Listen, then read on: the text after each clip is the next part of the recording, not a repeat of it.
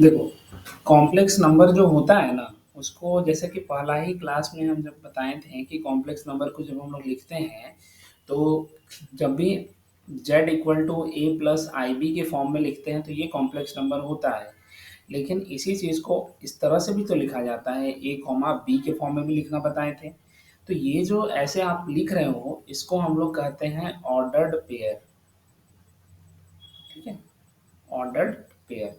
अब बात होती है कि ये रिप्रेजेंट किस चीज़ को करता है। असल में ये कोई भी कॉम्प्लेक्स नंबर जो है वो एक पर्टिकुलर प्लेन में, जैसे two dimensional plane X Y plane से हम लोग पढ़े होंगे, तो उस एक्स वाई प्लेन में जैसे किसी भी पॉइंट का पोजीशन को इंडिकेट करना होता है, तो वो चीज़ ये कॉम्प्लेक्स नंबर से हो जाती है। जैसे देखो, सपोज करो z इक्वल टू कहीं पर 3, I4 लिखा हुआ है, तो इसको ऑर्डर्ड पेयर में लिखेंगे 3, 4 के फॉर्म में। ठीक है, और जब तुम एक्स वाई प्लेन पे इस चीज़ को दिखाने का कोशिश करोगी, ये हो गया एक्स एक्सिस और ये हो गया वाई एक्सिस। ठीक है, तो जैसे 3, 4 दिखाना है, तो 3 जो है, हम याद रखना चाहिए कि 3, 4 लिख रहे हैं, तो ये 3 कहाँ पर होगा, एक्स एक्सिस पे होना चाहिए, और ये जो 4 होगा कहाँ पे होगा, ये वाई एक्सिस पे होगा। ठीक है, सपोज करो कि 3 कहीं यहाँ पर है। ठीक है, 1, 2 और ये हमारा 3 हो गया। सिमिलर वे में 1, 2 और ये 3, और सपोज करो यहाँ पर कहीं 4 आ रहा है। ठीक है,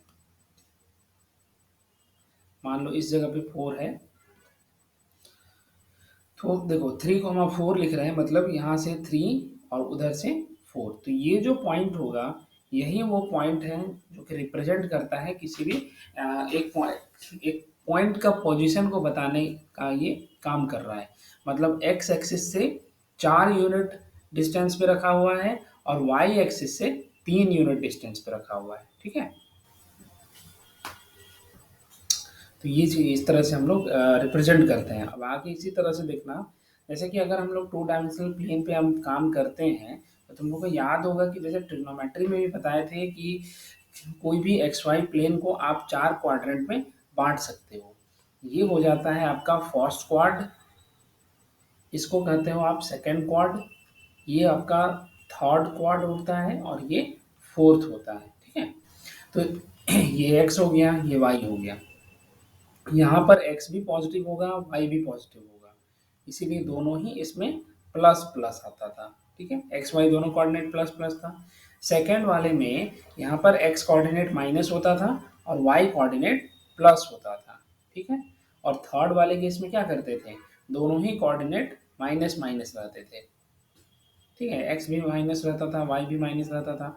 और जो फोर्थ वाला है, इसमें क्या हो जाता है कि आपका जो ये एक्स वाला है, ये पॉजिटिव रहेगा, और वाई जो होगा वो नेगेटिव हो जाता है। ठीक है, इस तरह से हम लोग पॉइंट को चेक कर लेते हैं कि क्या कहाँ पर प्लस माइनस कैसा रहेगा। ठीक है, अब इसी चीज़ को थोड़ा सा हम लोग आगे बढ़ के देखते हैं।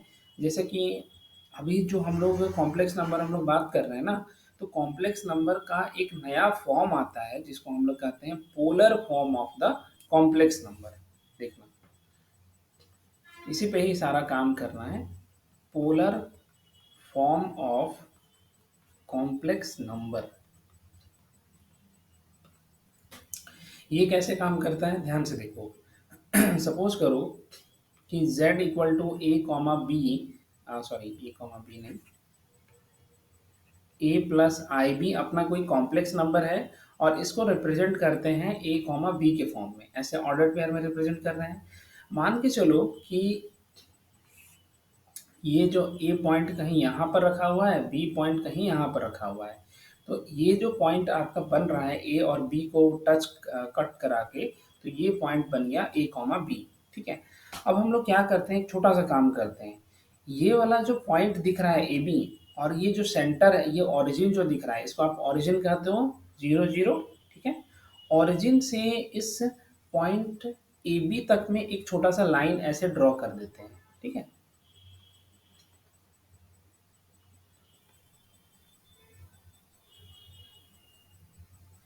कुछ इस तरह से आप ड्रॉ कर सकते हो। मान ली थोड़ा सा ज़्यादा ही हो गया।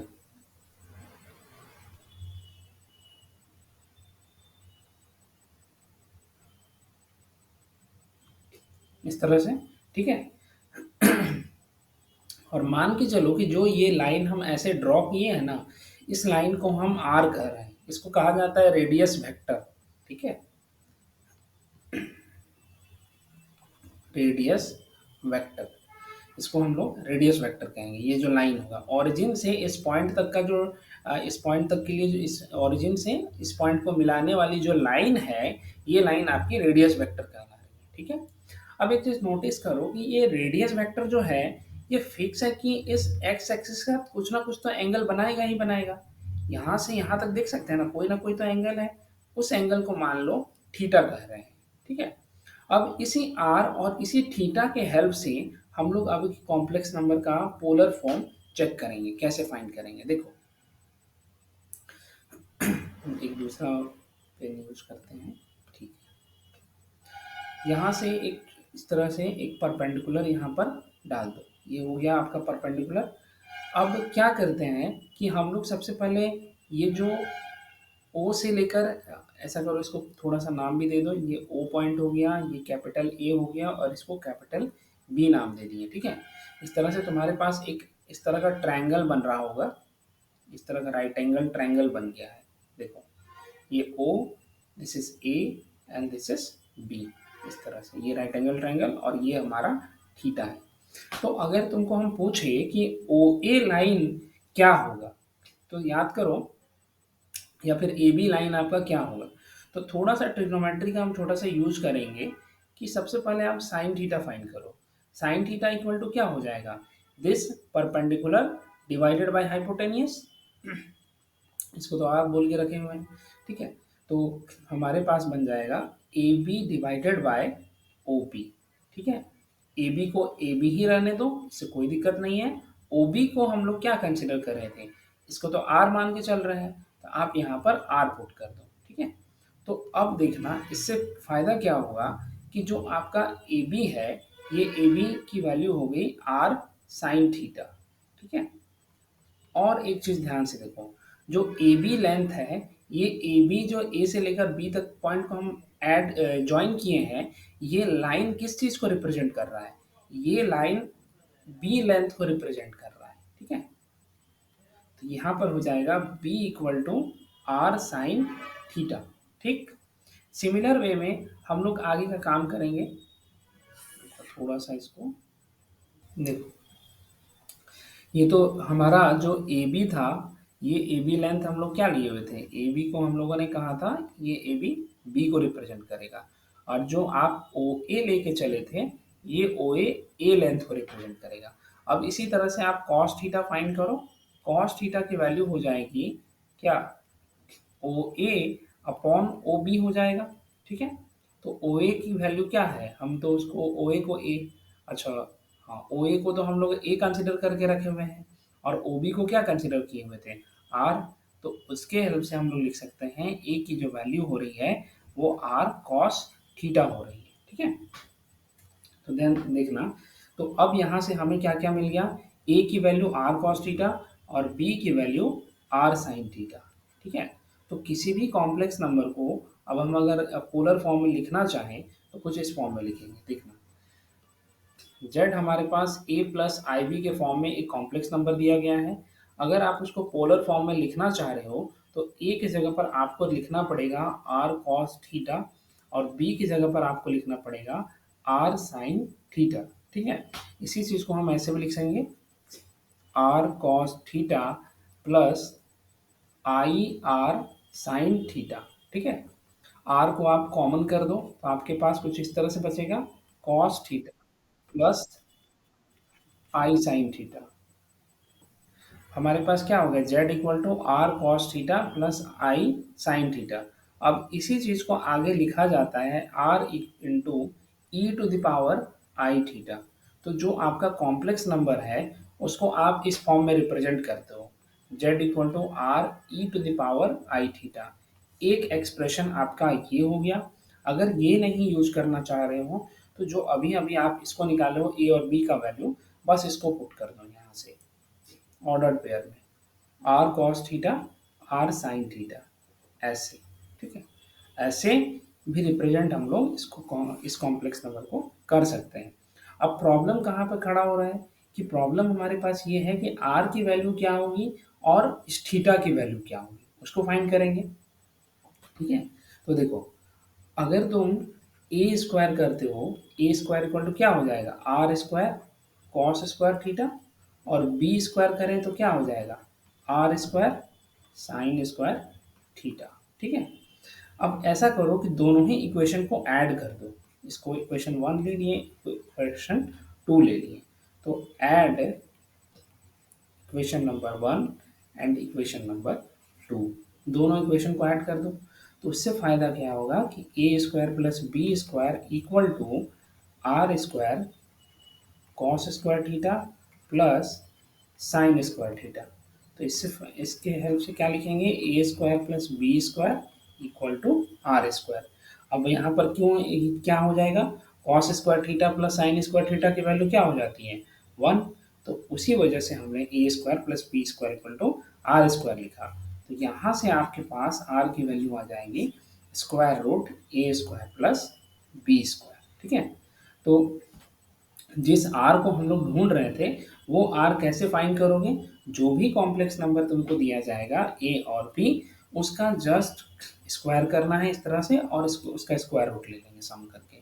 ठीक है, फिर उसी तरह से जब आप थीटा फाइंड करोगे तो वहां क्या करेंगे, देखना आगे। ए इक्वल टू, हाँ बोलो, A equal to R cos theta था, और बी इक्वल टू आपके पास आर साइन थीटा था। ठीक है, अगर हम कहें कि बी अपॉन ए लिखो तो वो कैसे लिखोगे, R sine theta divided by R cos theta. अब यहाँ से आर आर कैंसिल हो गया तो आपका यहाँ पर टेन थीटा बच रहा है। तो देखो बी अपॉन ए की वैल्यू हो जाती है टेन थीटा। ठीक है, देन थीटा को हम लोग लिखते हैं tan इनवर्स b बाय ए, ऐसे लिखा जाता है। ठीक है, तो इस चीज़ का कैसे इवेल्युएशन होगा वो सारा चीज़ बताएंगे। समराइज हम लोग करते हैं इस चीज़ को। देखो, सबसे पहले आपके पास z equal to A plus I B के फॉर्म में एक कॉम्प्लेक्स नंबर होगा, बी ए कॉम्प्लेक्स नंबर। ठीक है, देन जब आप पोलर फॉर्म लिखना चाहोगे, polar form of complex number is z equal to r e to the power I theta. अब यहाँ ध्यान रखना कि वेयर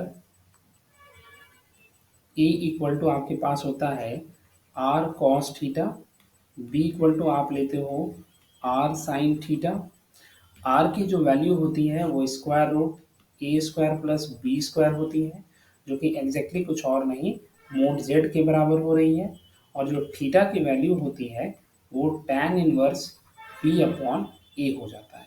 ठीक है, सपोज करो z इक्वल टू हम तुमको देते हैं 1 प्लस आई, ऐसे किए हुए हैं। ठीक है, अब इसके हेल्प से हम लोग कॉम्प्लेक्स कैसे पोलर फॉर्म में कन्वर्ट करेंगे इस चीज़ को देखना। सबसे पहले क्या करोगे कि इसको कंपेयर कर लो जनरल कॉम्प्लेक्स नंबर से। तो general complex number z equal to A plus I B होता है। तो क्लियरली हमको यहाँ दिख रहा है कि a का वैल्यू 1 है और b का वैल्यू भी 1 है। ठीक है, इसको ऐसे लिख सकते हैं 1 प्लस आई इंटू 1। तो क्लियरली दिख रहा है कि a की वैल्यू 1, b की वैल्यू 1। ओके, अब नेक्स्ट क्या करेंगे, हम लोगों ने कॉम्प्लेक्स नंबर जब बनाया था तो ये पोलर फॉर्म जब लिख रहे थे तो a इक्वल टू क्या कंसिडर करते थे, r cos थीटा। तो यहाँ भी हम यही चीज़ कंसिडर करेंगे कि 1 equal to r cos theta. ठीक है, सिमिलर वे में b के लिए हम लोग क्या कंसिडर करते थे, sine theta, r sine theta. तो यहाँ से भी 1 equal to r sine theta बन जाएगा। ठीक, ये हमारा काम हो चुका है। अब इसके बाद जब आपको फाइंड करना होता था कि r की वैल्यू कितनी होगी, तो r की वैल्यू सिंपली आप करते थे स्क्वायर रूट ए स्क्वायर प्लस बी स्क्वायर। ठीक है, तो यहाँ से आप लिखोगे 1 का स्क्वायर प्लस 1 का square, this is equal to square root 2 हो जाएगा। ठीक है, अगेन अगर हम कहें कि थीटा को कैसे फाइंड करते थे, तो उसके लिए हम लोग करते थे कि tan theta equal to B by A use करते थे। ठीक है, तो tan थीटा इक्वल टू 1/1 कर देंगे तो वैल्यू क्या हो जाएगी, tan थीटा इक्वल टू 1। अब थीटा की किस वैल्यू के लिए tan थीटा का कौन सा वो वैल्यू रखेंगे सो दैट कि tan थीटा करें वैल्यू 1 हो जाए। तो याद करो tan थीटा कहाँ पर 1 होता है, पाई/4 पर।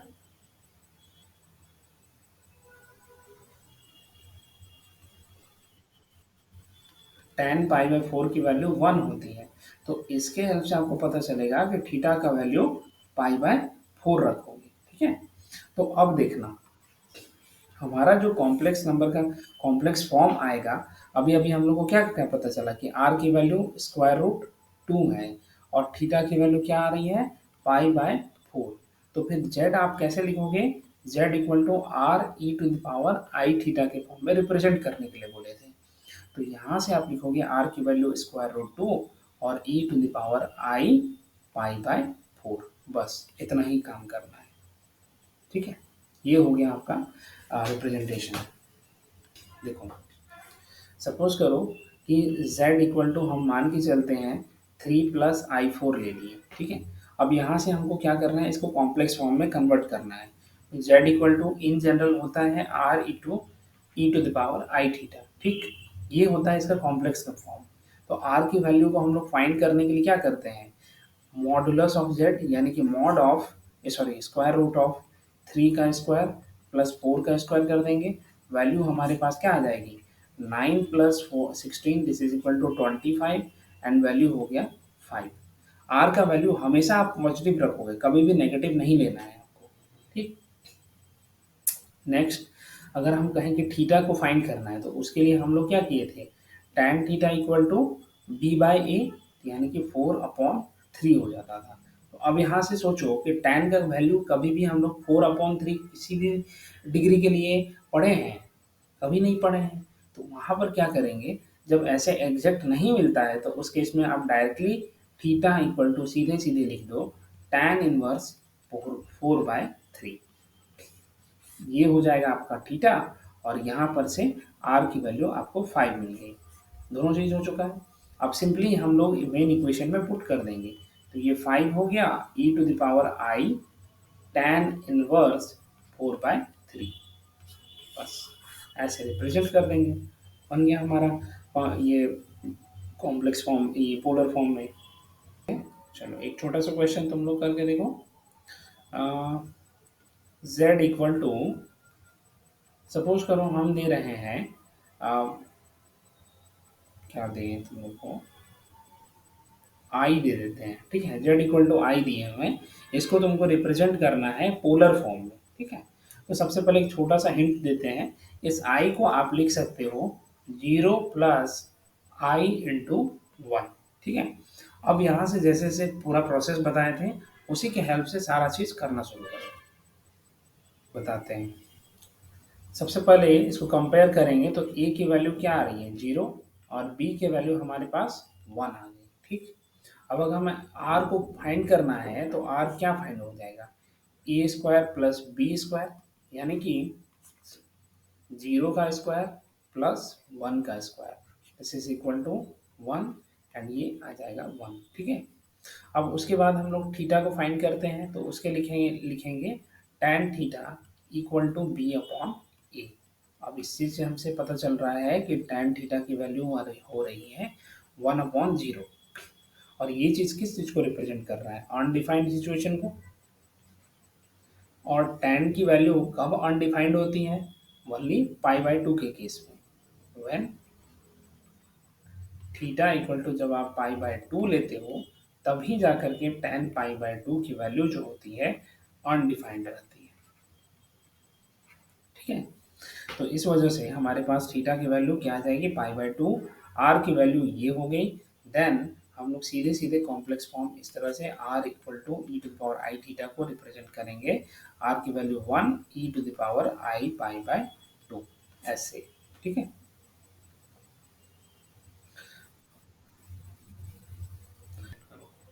सपोज करो कि z जो है फ्रैक्शन में 1/3 - i2 के फॉर्म में दिया गया है। अब इसको कॉम्प्लेक्स फॉर्म में एक्सप्रेस करना है, ये सॉरी पोलर फॉर्म में एक्सप्रेस करना है। तो सबसे पहला काम क्या करो कि इसको ए प्लस आई बी के फॉर्म में रिप्रेजेंट करेंगे इस क्वेश्चन को, तो कैसे हो जाएगा, 1/3 - I2 को 3 + I2 और 3 + I2 के साथ डिवाइड एंड मल्टीप्लाई कर दो। तो इसके हेल्प से क्या पता चल रहा है कि 3 + I2 डिवाइडेड बाय हमारे पास आ रहा है 3 - I2 इंटू 3 + I2। अब इसका जब प्रोडक्ट लोगे तो प्रोडक्ट के केस में तुम्हारे पास बनेगा 3 का स्क्वायर प्लस 2 का square, this is equal to 3 + I2 divided by 9 + 4, this is 13। यानी कि जो z आ रहा है हमारा 3/13 प्लस आई 2/13 आ जाएगा। ठीक है, ये हो जाएगा z। तो यहाँ से a की वैल्यू 3/13 बनी और b की वैल्यू 2/13 बनी। देखो a की वैल्यू हमारे पास 3/13 आ रही है, a इक्वल टू 3/13 और b की वैल्यू आ रही थी 2/13, 2/13। ठीक है, जब आपको r ही फाइंड करना है तो हम करते थे a² प्लस b²। तो यहाँ से क्या हो जाएगा, 3/13 का होल स्क्वायर प्लस 2/13 का होल स्क्वायर। हैंस लिखेंगे 9/13 का होल स्क्वायर प्लस 2/13 का होल स्क्वायर। 13 का होल स्क्वायर कितना होता है, याद है किसी को? हाँ गुड, 169। 12 का स्क्वायर बताना। Very good very good. अब तुम लोग 14 का स्क्वायर बता दो। 196। हाँ वही है। 15 का स्क्वायर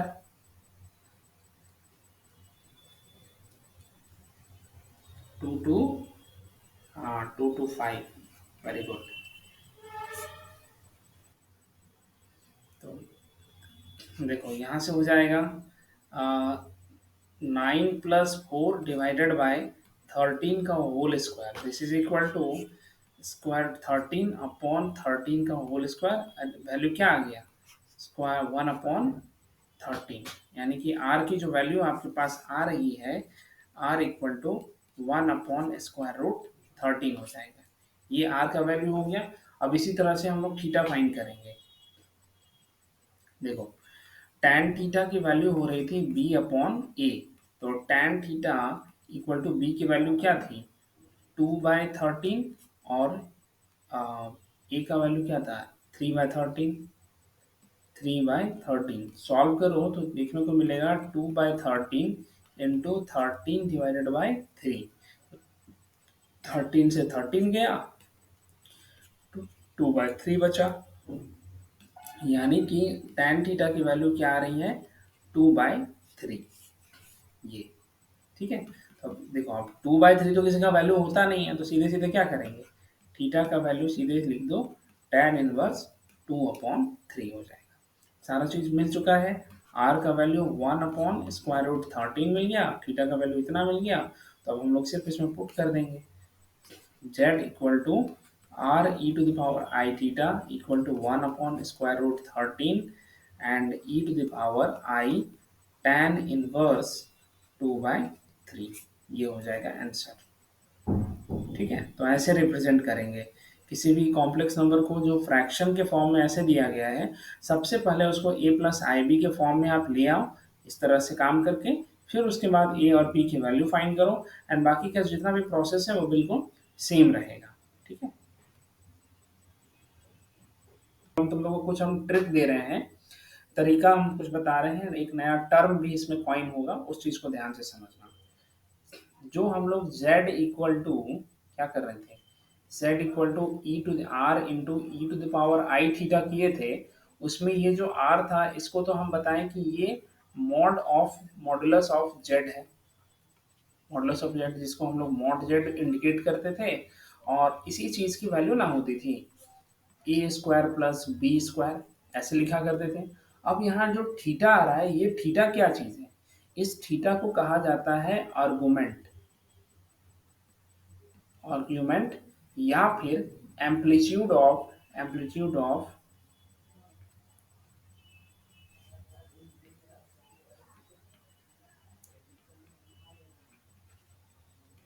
ऑफ जेड। ठीक है, ध्यान से देखना थीटा का जो वैल्यू है ना वो वैरी बहुत करता है, जीरो से लेकर ये तुम्हारा 2 पाई में पूरा वैरी करते रहेगा।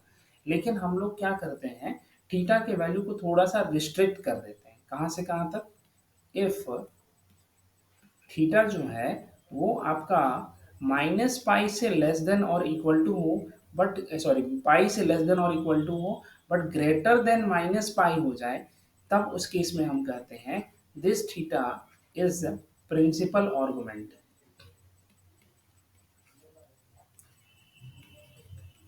कभी कभी ये पूछा जाता है कि आप प्रिंसिपल आर्गुमेंट किसको कहते हो, तो प्रिंसिपल आर्गुमेंट हम उस एंगल को कहते हैं जब आपका एंगल जो है वो माइनस पाई से स्ट्रिक्टली ग्रेटर हो एंड पाई से आपका लेस और इक्वल टू का सिचुएशन होना चाहिए।